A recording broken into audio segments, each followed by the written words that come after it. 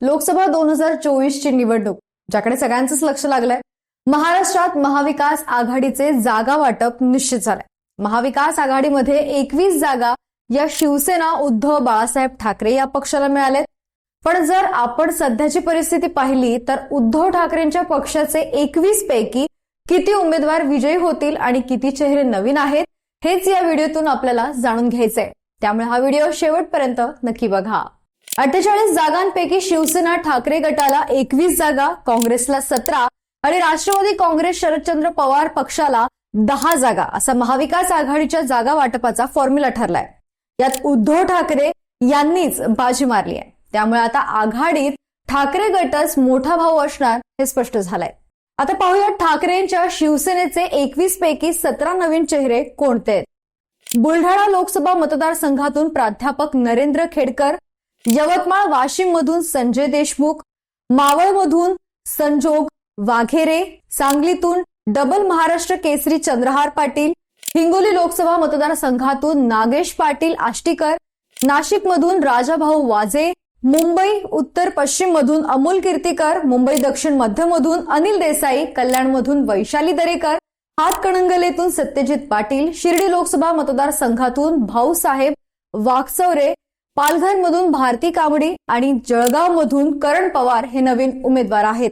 तर 21 पैकी 10 कोणत्या जागा आहेत जिथे ठाकरेंच्या शिवसेनेचा विजय निश्चित आहे आणि का आहे ते पाहूयात. मुंबईमध्ये शिवसेनेकडून अरविंद सावंत हे विजयी होऊ शकतात. तर मुख्यमंत्री एकनाथ शिंदे यांचा होम ग्राउंड असलेला ठाणे लोकसभा मतदारसंघात काटेकी टक्कर असली तरी उद्धव ठाकरेंबाबत असलेल्या सहानुभूतीमुळे इथे ठाकरेंच्या शिवसेनेचे राजन विचारे हे विजयी होऊ शकतात.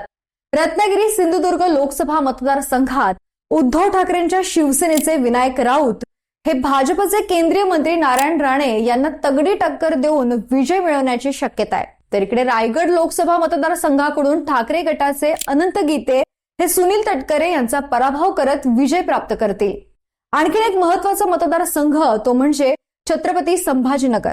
या मतदारसंघात भाजप, MIM आणि शिवसेना तसेच अपक्ष उमेदवार हर्षवर्धन जाधव यांच्यामध्ये जंगी सामना होणार आहे.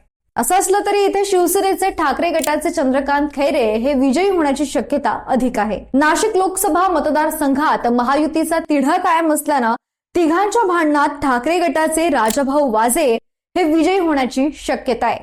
शिर्डी लोकसभा मतदारसंघात महायुतीमध्ये होणाऱ्या बंडखोरीमुळे भाऊसाहेब वाकचोरे यांच्या गळ्यात विजयाची माळ पडू शकते. धाराशिव लोकसभा मतदारसंघात ओमराजे निंबाळकर हे राष्ट्रवादी अजित पवार गटाच्या उमेदवार अर्चना पाटील यांचा पराभव करतील. तर इकडे यवतमाळ वाशिम लोकसभा मतदारसंघात शिंदे गटानं ऐनवेळी जाहीर केलेला उमेदवार बदलल्यामुळे ठाकरे गटाच्या संजय देशमुखांचा विजय होण्याची दाट शक्यता आहे.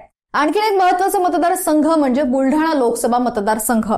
या मतदारसंघात ठाकरे गटाचे प्राध्यापक नरेंद्र खेडकर यांच्या विजयाची शक्यता अधिक आहे. तर हे होते ठाकरेंच्या शिवसेनेतील विजयाची शक्यता असलेले 10 उमेदवार आणि मतदारसंघ. आता हे तर आपण एक अंदाज बांधलाय, निकालानंतर सगळं काही स्पष्ट होणारच आहे. बाकी तुम्हाला हा व्हिडिओ कसा वाटला आम्हाला कमेंट बॉक्समध्ये नक्की कळवा. व्हिडिओला लाईक करा, शेअर करा आणि जर तुम्ही या चॅनलवर नवीन असाल तर चॅनलला सबस्क्राईब करायला विसरू नका. धन्यवाद.